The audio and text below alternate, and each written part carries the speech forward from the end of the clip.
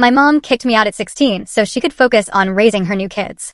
Now that I'm successful, she's demanding I pay for their college. But what happened on my front porch changed everything. You know, some moments in life hit you so hard, they rearrange your entire world. But what do you do when the very person who shattered your childhood, the mother who abandoned you, suddenly reappears 18 years later with her hand out, demanding you pay for her new family's lavish college education? It's a question that still makes my stomach churn. Hi, I'm Bella. I'm 34 now, and I've built a tech company worth $40 million. But rewind 18 years, and I was just a scared 16-year-old, watching my mom pack my entire life into 3 black garbage bags, telling me to leave so she could focus on her new family. The woman who chose them over me now wanted me to fund their future. What would you do if the parent who discarded you suddenly demanded your hard-earned money? My childhood started out normal enough. For the first 5 years, it was just my mom, Pamela, and me in a tiny 2-bedroom apartment on the outskirts of Boston. My dad, Trevor, walked out when I was 5, leaving behind nothing but a half-empty closet and a trail of sporadic birthday cards that eventually stopped. My mom and we were a team. She worked 2 jobs just to keep a roof over our heads, and I learned early on to fend for myself. I'd have dinner ready when she stumbled in, exhausted from her department store shift followed by her waitressing gig. Weekends were sacred. We curl up with discount movies and microwave popcorn, building pillow forts in our tiny living room. Those simple, quiet moments? They felt like pure magic. Everything changed when I turned 12. Mom met Gerald Wilson at the restaurant. He was a regular, a mid-level manager at an insurance company, always requesting her section. Within 3 months, he was everywhere. Gerald was charming, especially around my mom. He'd bring her flowers, take us to restaurants that actually required reservations. But when Mom wasn't looking, there was something in his eyes when he looked at me. Something cold. Calculating. "You're quite the expense for your mother," he commented once, while Mom was in the kitchen. She could have had such a different life without having to support you all these years. I still remember how my stomach nodded. But when I told Mom, she just laughed it off. "Gerald's just joking, honey." He has a dry sense of humor. Gerald had 2 kids from a previous marriage, Hayden and Madison, 10 and 8 at the time. They visited every other weekend, and suddenly, our apartment wasn't just ours anymore. Madison would rifle through my things without asking. Hayden made it clear I was in the way. "Dad says this is going to be our place soon anyway," he announced, helping himself to my favorite cereal. The wedding happened fast. I was 13. It was a small ceremony, and I was a bridesmaid in an ill-fitting dress that Gerald's mother had picked out. "We need to hide those awkward teenage angles," she'd said, pinching at my sides. A month later, we moved into Gerald's 4-bedroom house in a perfect suburban neighborhood with manicured lawns. It should have felt like an upgrade from our cramped apartment, but I was given the smallest bedroom, just a converted office with a window facing a brick wall. Hayden and Madison each got rooms twice the size of mine, Gerald explaining. "They're only here part-time, so they need special spaces to feel at home." That first year in that house, I watched my relationship with Mom erode like a shoreline in a hurricane. Family dinners became conversations between Mom, Gerald, and his kids, while I sat silently, fading into the background. When I tried to share something about school or my friends, Gerald would interject with, "Bella, the adults are talking," or, "Let's hear about Madison's soccer tournament instead." Mom stopped checking my homework, stopped asking about my day. When I made the honor roll that first semester, she signed the certificate without a word. She was too busy preparing a special celebration dinner for Madison's elementary school art award. Gerald's campaign to isolate me was subtle, but relentless. He'd forget to tell me about family outings until they were literally walking out the door. "Oh, Bella, there's leftover pizza in the fridge. We're taking the kids to Six Flags." My invitations to friends were discouraged because the house needs to stay presentable, or we can't afford to feed extra people. When I was 15, Mom announced she was pregnant. The baby, Ryan, became the center of everyone's universe before he even arrived. The nursery preparation took over the whole house, every conversation. Mom and Gerald converted the guest room into this elaborate nursery with hand-painted murals and custom furniture. "Isn't it wonderful?" Mom asked, showing me the completed room. "Finally, a child we will raise together from the beginning." The "we" in that sentence, it didn't include me. By this point, I'd learned to find refuge in academics. School became my sanctuary. I joined every club that would keep me on campus until dinner time. My teachers became the adults who actually saw me, who encouraged me, who celebrated my achievements. I'd stay in the library until closing, telling myself it was to study, but really, it was to avoid going home. One night, I returned later than usual after a debate team practice. From the hallway, I overheard Gerald and Mom talking in their bedroom. "She's eating us out of house and home," Gerald complained. "Teenagers are expensive, and with the baby coming, we need to think about our priorities." I waited for Mom to defend me, to remind him that I was her daughter, her priority too. Instead, her response shattered something inside me. I know, honey. She's almost 16 now. Maybe it's time she learned some independence. I backed away silently, my heart hammering in my chest. That night, I cried into my pillow, realizing that in my mother's new life equation, I had become a negative value. Despite the deteriorating situation at home, I clung to my honor roll status, throwing myself into academics with the desperate energy of someone building a life raft. My plan was simple: excel in school, earn scholarships, and escape to college 2 years early if possible. I'd researched early admission programs and started drafting application essays, though I kept the secret from everyone except my best friend, Alexandra, Lexi for short. On March 17th, my 16th birthday passed without celebration. Mom had forgotten entirely. And when Lexi's mother called to ask if I could come over for cake that weekend, I overheard Gerald telling her, "We're trying to teach Bella fiscal responsibility." Exactly 2 weeks later, I returned from school to find 3 garbage bags and my backpack sitting on the front porch. My key didn't work in the lock. After 5 minutes of confused knocking, Gerald opened the door, standing firmly in the threshold, blocking my entry. "Your mother and I have made a decision," he said, his tone businesslike. "With the baby coming in 2 months, we need your room for a proper nursery annex. The current nursery will be too small once he starts accumulating toys and needs a proper play area." I stared at him, my mind refusing to comprehend. "What are you talking about? Where am I supposed to go?" Mom appeared behind him then, one hand resting on her swollen belly. Her eyes couldn't meet mine. "Honey, you're 16 now.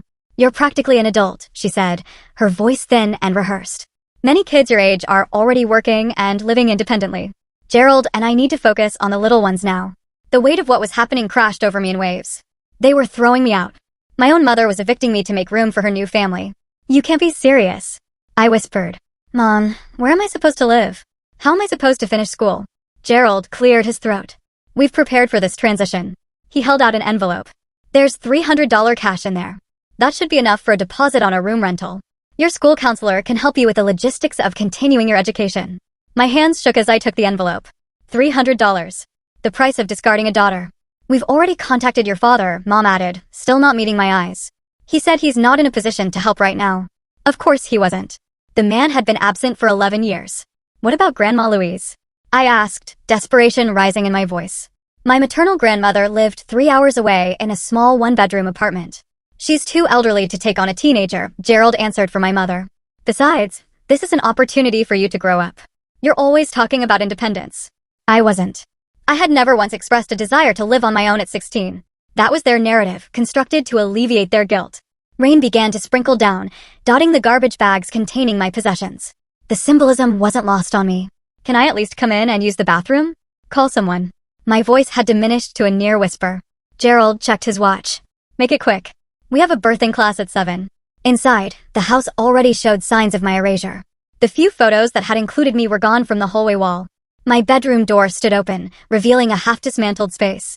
Madison was sitting on my stripped mattress, sorting through a box of my desk items. "Oh, you're still here?" she asked, not looking up. "Dad said I could have your desk lamp for my room." I didn't respond, locking myself in the bathroom instead. With trembling fingers, I texted Lexi. "Emergency. They're kicking me out. Can you come get me?" Her response was immediate. "OMG. Staying with friend or picking up now?" "Now, please. I'm on the porch. Bring your mom if possible." I splashed cold water on my face, staring at my reflection. I wouldn't cry. Not here. Not where they could see me break. When I emerged, Mom was alone in the hallway. "Bella, I know this seems harsh, but you'll understand when you're older. When you have your own children, you'll realize sometimes hard choices have to be made for the family." "I am your family," I said quietly. She looked away. "You know what I mean." I didn't. Outside, I sat on the porch steps beside my bagged belongings, watching the street for Lexi's car. Gerald came out once to hand me my birth certificate and social security card. "Your mother thought you might need these," he said, as if conferring a great kindness. 20 minutes later, Lexi arrived with her mother, Maria, their faces tight with concern and anger. Maria Peterson had always been kind to me, but I'd never seen her as furious as when she stepped onto that porch, taking in the scene. "Where is your mother?" she demanded. "Inside." "Please, can we just go?" "I don't want to make a scene." Maria looked torn, but respected my wishes. She and Lexi helped load my bags into their SUV. As we pulled away, I looked back at the house where I'd spent the last 3 years. Mom stood at the living room window, one hand resting on her belly, the other lifting slightly in what might have been a wave. I turned away. That night, after a tearful explanation to Lexi's parents, I was set up in their guest room. Charles, Lexi's father and a family attorney, was already talking about filing for emancipation. What they've done is abandonment, plain and simple, he fumed. We could fight this fella. But I was too numb to think about legal battles. I just needed to survive. After everyone had gone to bed, I made one last attempt to reach my mother. I called her cell phone, listening to it ring until voicemail picked up. I couldn't bring myself to leave a message. A text came through as I was setting the phone down. This is for the best. You'll understand when you're older. Love, Mom. That was the last communication I would have with her for nearly 2 decades. In Lexi's darkened bedroom, where I'd retreated after finding the guest room too unfamiliar, I finally allowed myself to cry. Silent, body-racking sobs that left me hollow. Lexi wordlessly handed me tissues and kept a gentle hand on my back until I fell into exhausted sleep. The next morning, I woke with swollen eyes and a strange sense of clarity. In the kitchen, Maria was making pancakes, treating me with the careful consideration one might show a wounded animal. We'll figure this out, sweetheart, she promised. I nodded, a resolve hardening within me. I will never need them again, I said, more to myself than anyone else. It was both a promise and a prophecy. The Peterson family became my lifeline.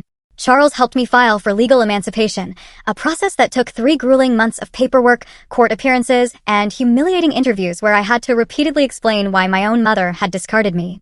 Pamela didn't contest the petition. She didn't even show up for the hearing. The judge, a stern woman with surprisingly kind eyes, granted my emancipation with a statement that would stay with me. Young lady, some people are given families. Others have to build their own. I think you'll build something remarkable. Living with the Petersons was meant to be temporary, but they insisted I stay through high school graduation. You focus on your studies and college applications, Maria told me. We'll handle the rest. Their generosity was overwhelming, but I couldn't bear being a charity case. The day after my emancipation was finalized, I took a bus across town and applied for every job within walking distance of Lexi's house. By the end of the week, I had secured 2 positions, morning shifts at Cornerstone Coffee Shop and weekend hours at Riverside Bookstore. Between the 2, I could work 30 hours weekly while maintaining my class schedule. You don't need to do this, Charles argued when I showed him my new work schedule. I need to know I can stand on my own, I insisted. My routine became punishing, up at 4:30 a.m. for the 5 a.m. opening shift at the coffee shop, then directly to school by 8 a.m. After classes, I'd study in the library until closing, then return to the Petersons to collapse for a few hours before starting again. Weekends were consumed by 8-hour shifts at the bookstore, with homework squeezed into lunch breaks and quiet moments between customers. Despite the exhaustion, I maintained my 4.0 GPA. My guidance counselor, Miss Harlow, pulled me aside after noticing the dark circles under my eyes. Isabella, you're going to burn out, she warned. Your academics are impressive, but colleges also look at extracurriculars. I have those, I countered. I work 2 jobs. That shows responsibility, she sighed. It shows necessity. And while that's admirable, you're missing opportunities for leadership and community engagement that scholarship committees value. Reluctantly, I cut back my coffee shop hours to join the debate team and volunteer at a literacy program. The reduction in income made me anxious, but Miss Harlow was right. These activities strengthened my college applications significantly. Sleep became a luxury I couldn't afford. When I did manage a few uninterrupted hours, nightmares often jolted me awake. Dreams where I was locked out of houses, searching for keys that disappeared from my hands, or running down endless hallways looking for a mother who kept turning corners just out of reach. Lexi worried about me. You're turning into a zombie, she observed one Sunday afternoon, finding me asleep atop a pile of calculus homework. When was the last time you did something fun? I couldn't remember. Fun seemed like a distant concept from someone else's life. The worst moments came unexpectedly. Standing in the grocery store aisle, seeing a mother help her teenage daughter select prom shoes. Hearing classmates complain about curfews and overprotective parents. The hollow ache would ambush me, a physical pain that took my breath away. During one particularly bad night, Maria found me sobbing in the bathroom at 3 a.m. Oh, sweetheart, she whispered, gathering me into her arms. What's wrong with me? I choked out. Why wasn't I enough for her to keep? Maria held me tighter. Nothing is wrong with you. The failure here is not yours. Graduation day arrived with a bittersweet edge. The Petersons cheered loudly as I walked across the stage as valedictorian. I scanned the audience reflexively, some stubborn part of me still hoping to see my mother's face. She wasn't there. My speech centered on resilience and self-creation, careful words that revealed nothing of my personal circumstances while speaking directly to my experience. Sometimes the path we expected to walk is suddenly blocked, I told my classmates. In those moments, we discover we are the map makers of our own journey. The real triumph came a week later, a full scholarship to State University, covering tuition, books, and housing. I had applied to 17 schools and received offers from 12. But State's computer science program and comprehensive financial package made the decision simple. That summer, I worked 3 jobs, adding evening shifts at a local restaurant to my existing positions. Every dollar went into savings for expenses the scholarship wouldn't cover: winter clothes, a laptop, transportation. The Petersons offered to help, but I gently declined. I needed to know I could do this on my own. The night before leaving for college, I allowed myself a moment of weakness. Using Lexi's computer, I searched for my mother on social media. There she was, smiling in family photos with Gerald, Hayden, Madison, and Ryan, now a toddler with my mother's eyes. They looked happy, unburdened. In one Christmas photo, they posed in matching sweaters in front of a lavishly decorated tree. The caption read, "So blessed to have our perfect family together." I closed the browser, a cold numbness spreading through me. I had been edited out of the narrative so completely that there wasn't even a space where I should have been. Freshman orientation at State University brought an unexpected turning point. During the department welcome session, Professor Diana Hayes singled me out after seeing my placement test scores. "You tested out of our first 2 programming courses," she noted, reviewing my file. "That's unusual for someone without formal training." "I taught myself coding during high school," I explained. "It helped pay the bills, building websites for local businesses." Something in my phrasing caught her attention. She studied me more carefully. "Come by my office this week. I run a mentorship program for promising students, particularly those who've had to overcome significant obstacles." Diana became more than a professor. She became the first adult to see potential in me rather than just damage. Under her guidance, I navigated the complex world of higher education while developing my technical skills. My living situation was less ideal. The scholarship covered basic dormitory housing, but I opted for a cheaper off-campus apartment shared with 3 other students to save money. Our unit was tiny, with peeling linoleum and unreliable heating, but the rent fit my budget. Dinner often consisted of ramen noodles enhanced with whatever vegetables were on sale. My clothes came from thrift stores, carefully selected to look professional enough for the internships Diana encouraged me to pursue. Relationships remained my blind spot. When classmates invited me to parties or study groups, I found reasons to decline. Getting close to people meant risking rejection. A few determined souls, like my roommate Melissa, broke through my defenses, but I kept even these friendships at a careful distance. Romance was even more complicated. During sophomore year, a teaching assistant named Tyler Bennett asked me out after a study session. Handsome and kind, he persisted through my initial rejections until I finally agreed to coffee. 3 dates in, when he casually mentioned visiting his parents for Thanksgiving, I panicked. "What's wrong?" he asked, seeing my expression. "Nothing. I just don't do family stuff." He looked confused. "Everyone does family stuff." "I don't have a family," I stated flatly. Tyler reached for my hand. "You could tell me about it." But I couldn't. The words lodged in my throat, and I made an excuse to leave early. I ghosted him afterward, ignoring his concerned texts until they stopped coming. It was easier than explaining, easier than being vulnerable. Holidays became a particular challenge. Lexi always invited me to join her family, but watching their warm interactions only highlighted what I was missing. I began volunteering at homeless shelters during Thanksgiving and Christmas breaks, finding comfort in helping others who were also alone. Gradually, I built what Diana called a chosen family. Fellow students who, for various reasons, had complicated relationships with their biological relatives. We created our own traditions, celebrated our accomplishments, and supported each other through setbacks. It wasn't the family I was born into, but it was the one that helped me survive. My junior year marked a turning point. Professor Diana Hayes recommended me for a competitive summer internship at TechFusion, a mid-sized software company specializing in educational platforms. The selection process was brutal: 5 rounds of interviews and a coding challenge that kept me awake for 48 hours straight. When the acceptance email arrived, I stared at my ancient laptop screen in disbelief. "They're paying you how much?" my roommate gasped when I shared the internship details. The summer stipend was more money than I'd ever seen at once, enough to replace my struggling laptop and still have savings left over. More importantly, it was validation that my skills had genuine market value. At TechFusion, I thrived in the fast-paced environment. My supervisor, impressed by my work ethic, assigned me increasingly complex projects. By the end of summer, I had contributed to a major feature release that earned mentions in industry publications. The company offered me a part-time position during my senior year, with a full-time role waiting after graduation. I graduated summa cum laude, with Diana beaming proudly in the audience alongside the Petersons. TechFusion's offer was generous for an entry-level position, but I negotiated for more, a skill Diana had specifically coached me on.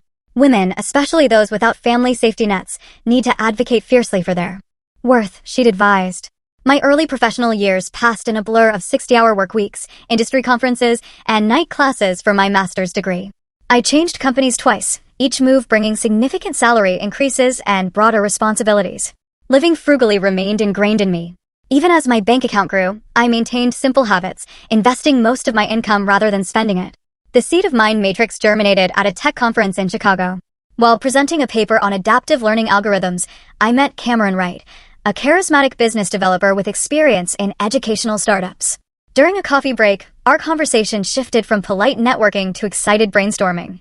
The problem with current educational software, I explained, sketching on a napkin, is that it treats learning paths as linear, but cognitive development is multidimensional.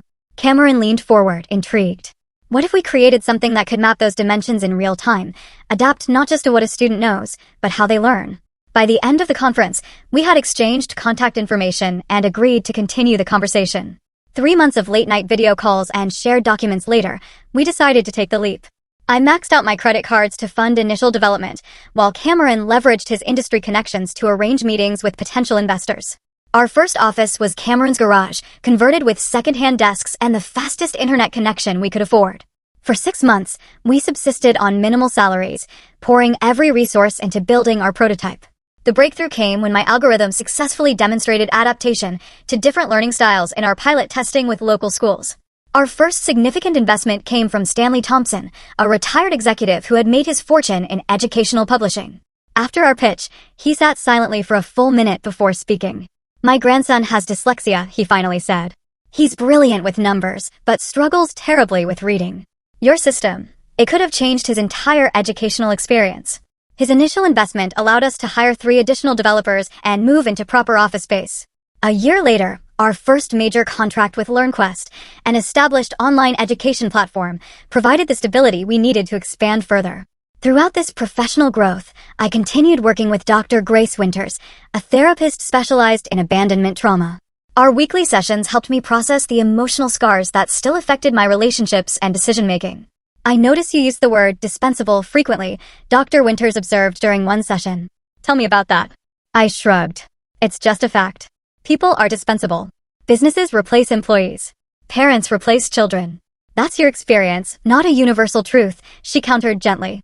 "The ability to trust requires acknowledging that while some people will fail you, others won't."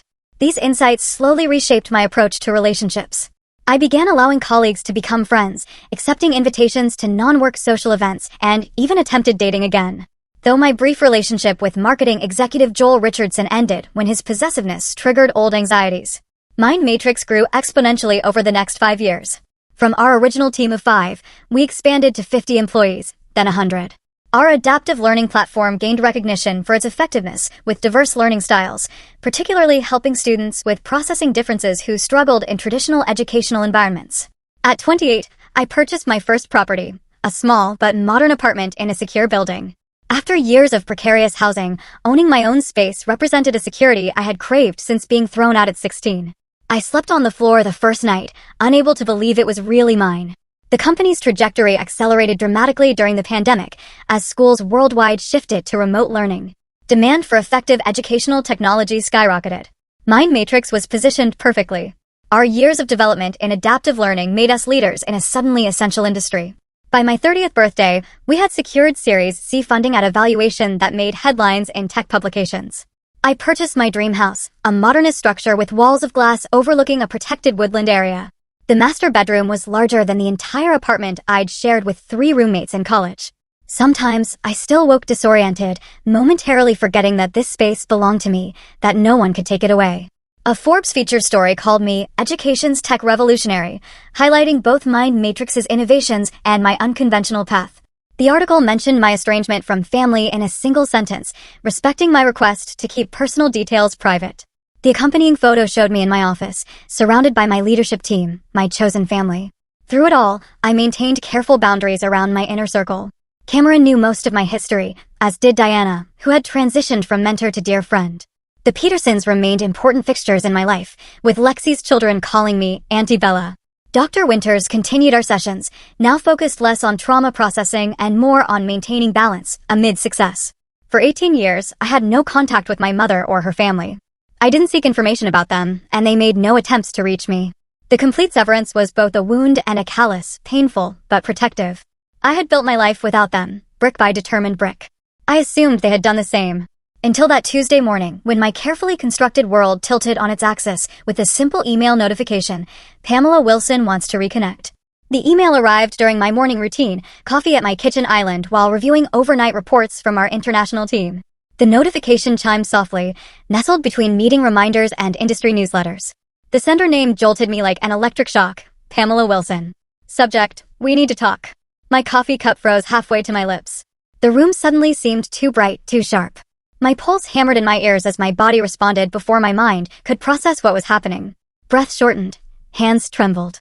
The clinical part of my brain recognized the symptoms of an anxiety attack even as I was swept into its current. I set the cup down carefully, focusing on the solid surface beneath my palms. One breath, another, the grounding techniques Dr. Winters had taught me. When my vision cleared, I stared at the notification, half expecting it to vanish like a hallucination. It remained. After 18 years of silence. What could possibly warrant communication now? I didn't open the email immediately. Instead, I called Dr. Winters' office and left a message requesting an emergency session. Then I texted Cameron to reschedule our morning strategy meeting, citing a personal matter. He responded immediately, unusual for him before 7 a.m. Everything okay? Need backup? Not sure yet. We'll explain later. For hours, I orbited around the unopened email like it was a black hole, simultaneously drawn toward and repelled by its gravity. Finally, after my virtual session with Dr. Winters, I felt stable enough to look. The message was brief. Isabella, I've been following your success with pride. We need to discuss some family matters in person. I'm in town for the week, staying at the Westlake Hotel. Let me know when we can meet. Mom.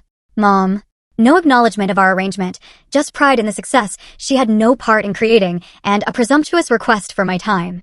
The casual signature felt like an unearned intimacy. Dr. Winters had advised setting clear boundaries for any potential meeting, neutral territory, somewhere public but private enough for conversation, and bring support if you need it.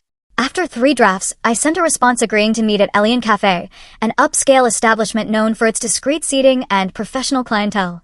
I chose Friday morning, giving myself 2 days to prepare emotionally while not allowing too much time for anxiety to build. I didn't offer to meet at her hotel, nor did I suggest bringing anyone else along. The intervening 48 hours passed in a haze of distraction.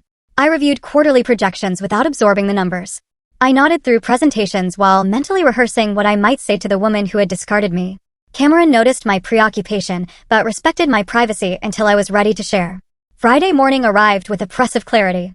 I dressed with unusual care, a sleek charcoal suit that had been featured in my Forbes profile, subtle makeup, hair pulled back in a precise bun. Armor, not enhancement. Elian Cafe occupied the ground floor of a restored historical building. Its interior, a careful balance of old-world elegance and modern minimalism. I arrived 20 minutes early, selecting a corner table that offered privacy without isolation.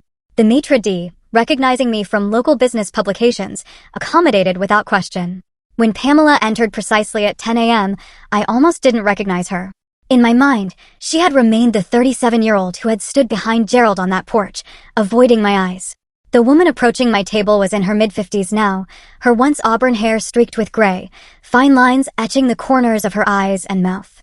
She had gained weight, her figure softer than I remembered. But her eyes, those were unchanged, the same hazel as my own. She spotted me and froze momentarily, her expression cycling through recognition, shock, and something that might have been regret before settling into a nervous smile. Isabella, she breathed, approaching the table. You look incredible. I didn't stand. Bella, I corrected automatically. I go by Bella now. Of course. Bella. She settled into the chair across from me, arranging her purse and scarf with fidgeting hands. Thank you for agreeing to meet. The waitress appeared, saving me from immediate response. We ordered espresso for me, Earl Grey tea for her, the same preference she'd had 18 years ago. This small consistency unsettled me more than any change could have. When we were alone again, an awkward silence expanded between us. She broke it first. Your company is doing remarkably well. I saw you in Forbes last month and that interview on TechVision.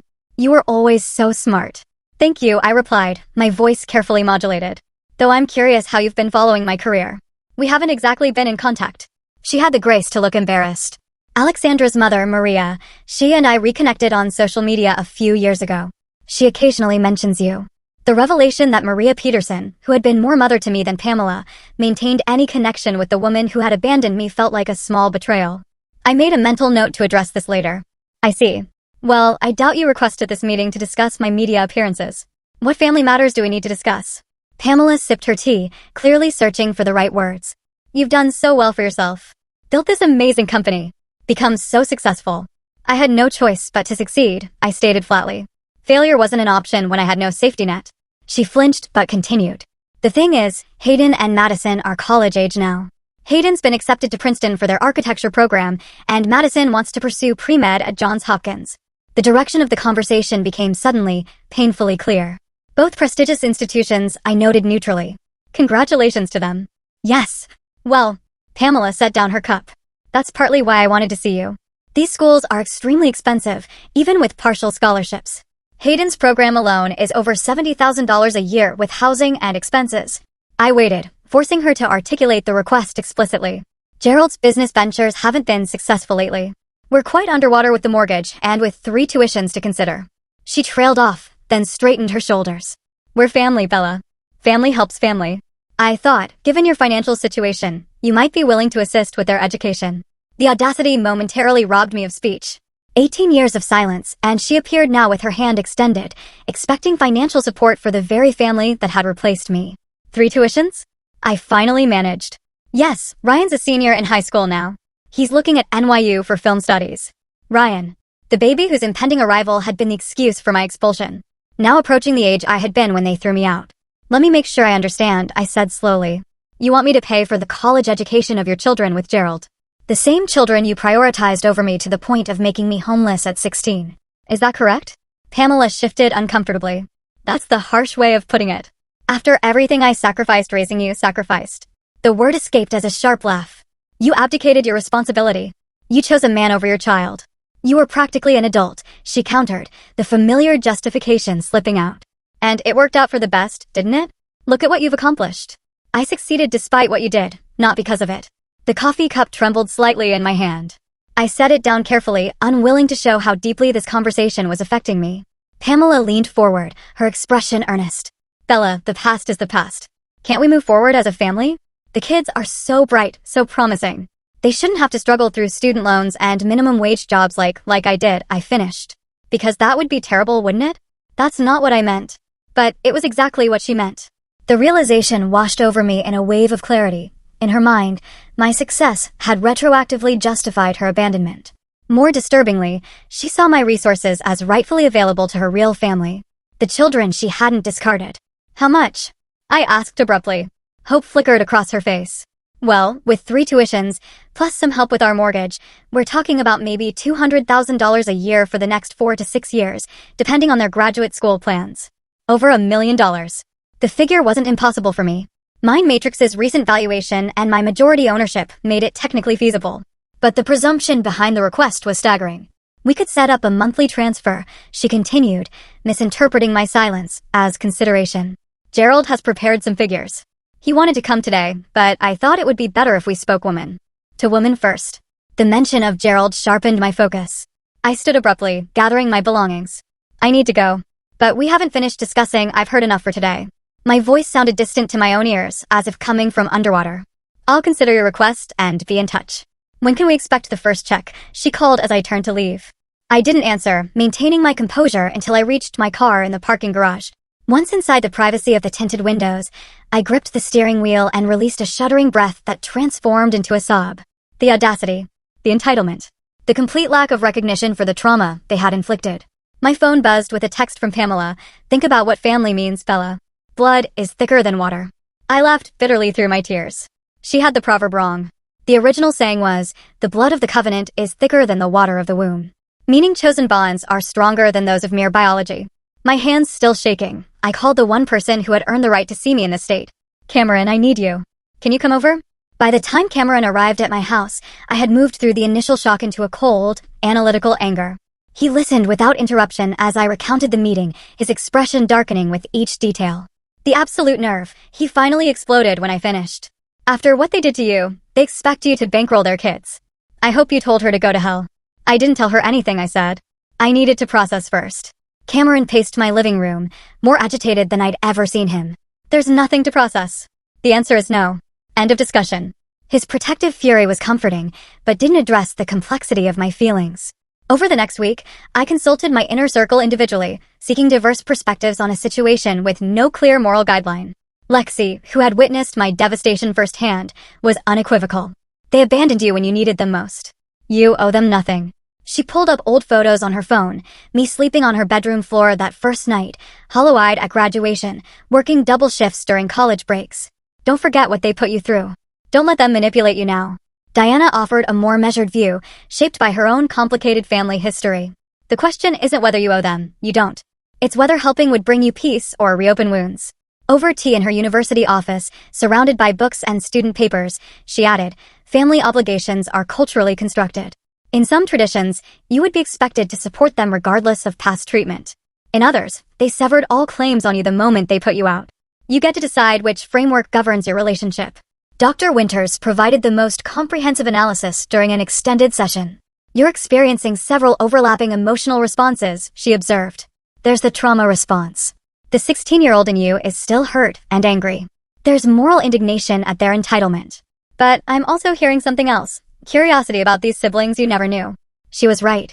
Despite my resentment toward Pamela and Gerald, I couldn't help wondering about Hayden, Madison, and Ryan. What were they like? Did we share any traits or interests? Had they ever asked about their older sister? Or had my existence been completely erased from the family narrative? They're innocent in this, I admitted. They didn't choose to be part of my replacement family. True, Dr. Winters acknowledged, but that doesn't automatically make you responsible for their education. If I helped them, would I be validating what Pamela and Gerald did? Telling them it was acceptable to throw away one child because they had others?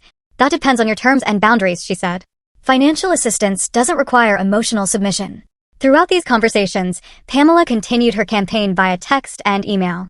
The messages escalated from gentle reminders to increasingly desperate appeals. Hayden needs to confirm his housing selection by next week. Madison's deposit is due on the 15th. Gerald says we might need to take out a second mortgage if we can't get help soon. Each message irritated me further, particularly the invocation of Gerald as some authority whose concerns should motivate me. Curiosity drove me to research my half-siblings online. Hayden's Instagram showed a lanky young man with architectural models and soccer trophies. Madison's profile featured pre-med volunteering and sorority events. Ryan, still in high school, posted amateur film projects and photography. They seemed talented, hardworking, normal young adults, raised in comfortable suburban privilege. Their profiles also revealed glimpses of a family life I had been excluded from: holiday gatherings, graduation celebrations, beach vacations. One photo particularly struck me: Pamela's 50th birthday party with a banner reading, "World's Best Mom," hanging in the background. The casual cruelty of that declaration, knowing what she had done to her firstborn, took my breath away. Insomnia became my nightly companion as I wrestled with the decision. During one particularly restless night, I remembered a similar crossroads years earlier when I received my first significant bonus at Tech Fusion. The amount had been enough to pay off my student loans and still have a comfortable cushion left over. That night, I had driven past Pamela and Gerald's house, parking a block away to stare at the warmly lit windows. I had fantasized about walking up to the door, showing them the check, proving I had succeeded despite their abandonment. In the end, I had driven away without approaching. My success wasn't about them. I wouldn't give them that power. Now, with much more substantial resources at my disposal, I faced a more complex version of the same question. What did I owe this family that had rejected me? What did I owe myself? The decision crystallized one morning at 3 a.m. after another text from Pamela. Gerald says, "If you really loved family, you'd help without all this hesitation." Something snapped. I grabbed my keys and drove through the empty pre-dawn streets to my old neighborhood. The houses looked smaller than I remembered. The once impressive lawns, more ordinary. I parked across from my former home, still owned by Pamela and Gerald according to property records I had checked. The house stood dark and quiet. Somewhere inside, the people who had cast me out slept peacefully, confident in their right to demand my financial support. The absurdity struck me, suddenly transforming my anger into something approaching clarity. Family wasn't about biology or obligation. It was about choice, daily choices to support, protect, and value one another. Pamela had made her choice 18 years ago. Now, I would make mine. I called Dr. Winters from my car despite the early hour. When her sleepy voice answered, I spoke with newfound certainty. I know what I need to do. For me. I selected the observatory for our meeting, an upscale restaurant on the 30th floor of the Pinnacle building downtown. The wall-to-wall windows offered panoramic city views, the kind of vista that reminded one of perspective. I arrived 30 minutes early, requesting a corner table that provided both privacy and a position of power. The maitre d', recognizing me from local business publications, accommodated without question. Dressed in a tailored navy suit that projected confidence and control, I reviewed the documents my legal team had prepared. Everything was in order. I was ready. Pamela arrived first, 5 minutes before our scheduled time. She had made an effort with her appearance, hair freshly colored, makeup carefully applied, wearing what appeared to be a new dress. Her eyes widened appreciatively at the restaurant's elegance. "This is lovely," she commented, taking the seat across from me. "Thank you for arranging it." "I thought Gerald would be joining us," I replied, noting his absence. "He's parking the car. He should be up momentarily." Right on cue, Gerald appeared, guided by the hosts to our table. At 62, he had aged considerably, heavier, balder, with jowls that hadn't been present in my memory. He still carried himself with the same self-importance, nodding curtly as he took his seat. "Isabella," he greeted, not bothering with warmth. "I'm glad you finally agreed to discuss the financial arrangements. We've brought some information about the tuition payment schedules. No acknowledgement of our history, just straight to the money." His directness actually simplified things. "Before we discuss any arrangements," I said calmly, "I'd like to establish some context." Gerald glanced at his watch. "We have a meeting with Madison's academic advisor at 2. Can we focus on the logistics?" I smiled thinly. "This won't take long." The waiter approached to take our order. I requested sparkling water only, while Pamela and Gerald ordered full meals. Of course they would. This was likely the most expensive restaurant they'd visited in years, and they assumed I was paying. When we were alone again, I folded my hands on the table. 18 years ago, you packed my belongings in garbage bags and told me to leave your house. I was 16 years old. You gave me $300 and withdrew all parental support, financial, emotional, and physical. Pamela shifted uncomfortably. Gerald's expression hardened. Ancient history, he dismissed with a wave. "We're here to discuss the present situation." "The present situation is directly connected to that history," I continued steadily. "You chose to abandon your legal and moral obligations to me. Now, you're asking me to fulfill obligations to you that don't exist." "We gave you independence," Pamela interjected. "And look how well you've done. If we had coddled you, would you have developed the drive to build your company?" The twisted logic was almost impressive. "Let's be very clear," I said, my voice cooling further. "You didn't give me independence. You committed parental abandonment, a criminal offense in most states. The fact that I succeeded doesn't retroactively justify what you did." Gerald leaned forward, irritation flashing across his face. "Listen, we didn't come here for a therapy session about your teenage angst. We're talking about the education of bright young people with promising futures. Are you going to help your siblings or not?" "Have siblings," I corrected. "And that depends entirely on my terms." I removed a folder from my briefcase and placed it on the table. "I've had my legal team prepare some documents." Gerald reached for the folder eagerly, assuming it contained check information. His expression darkened as he scanned the first page. "What is this?" "An educational trust." "Yes. I'm willing to establish a trust to fund Hayden, Madison, and Ryan's undergraduate education under specific conditions." Pamela's eyes lit up. "That's wonderful." "We knew you'd, the conditions," I continued, cutting her off, "are non-negotiable. First, I will control the trust. Payments will be made directly to the educational institutions, not to you or the students.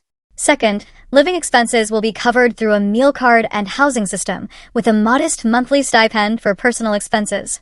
Third, and this is crucial, the siblings will meet with me personally at least once per quarter." Gerald's face flushed with anger. "Absolutely not. We don't need your conditions or your control. We just need the money. That's all you've ever needed from me, isn't it?" I observed. "When I was an inconvenient teenager, you needed my room. Now you need my money. But you don't get to dictate terms this time." "This is ridiculous," he sputtered. "You think because you've made some money you can control our family? That you can buy access to our children? Your children?" I raised an eyebrow. Interesting choice of words. "Tell me, do Hayden, Madison, and Ryan know about me?"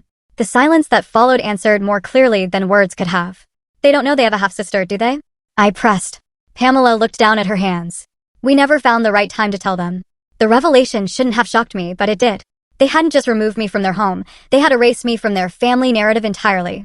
"So, for 18 years, you've pretended I don't exist," I said quietly. "And now you want me to silently fund their education while continuing to be your family's ghost?"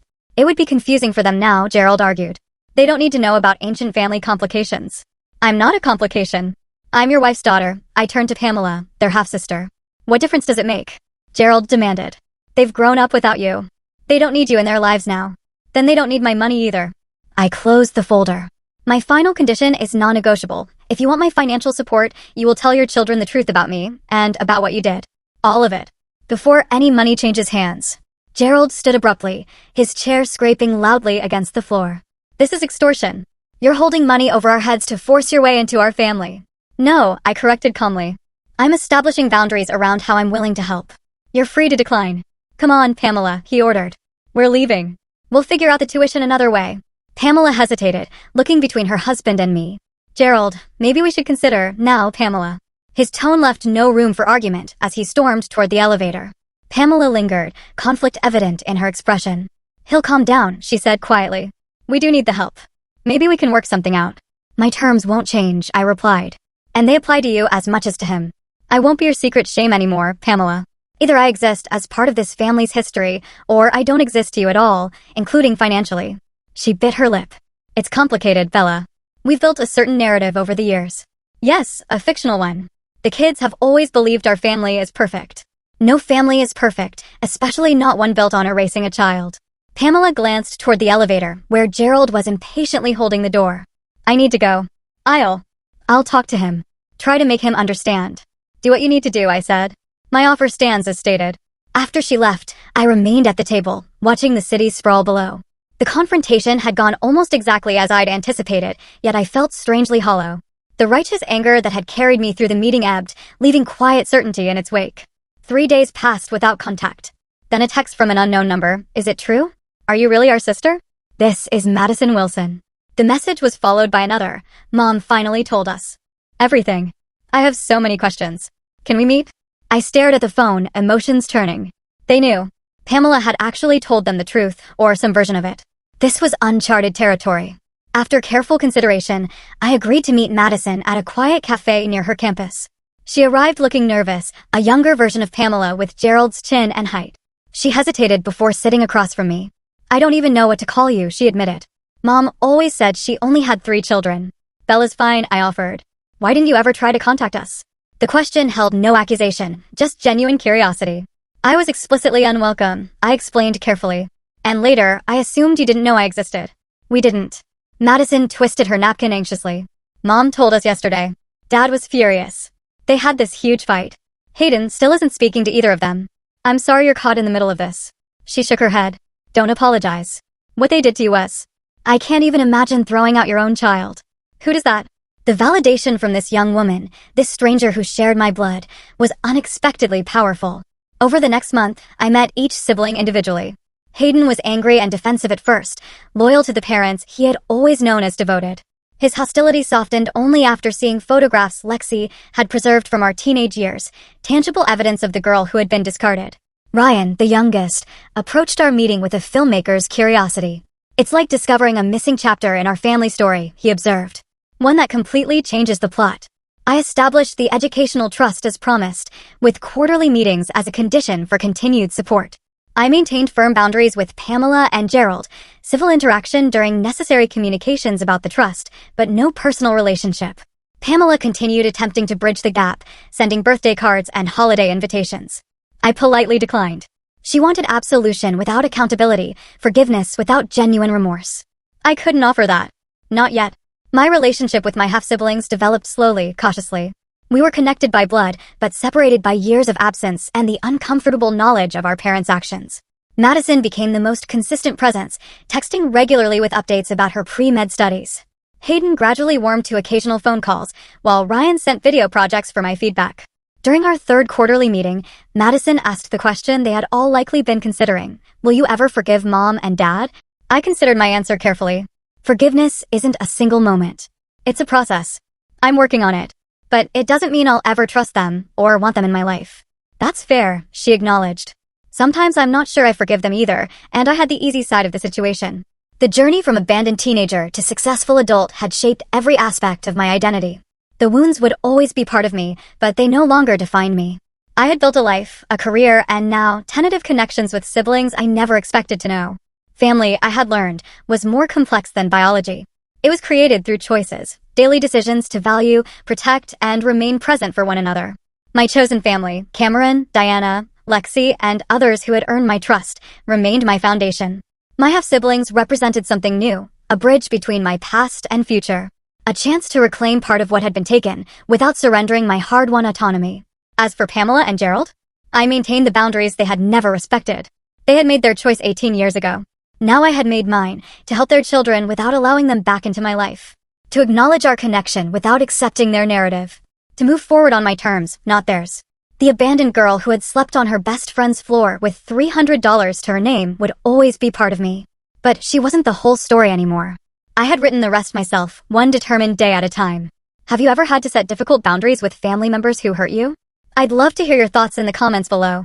And if this story resonated with you, please consider hitting that like button and subscribing to my channel. I share new stories about resilience and self-determination every week.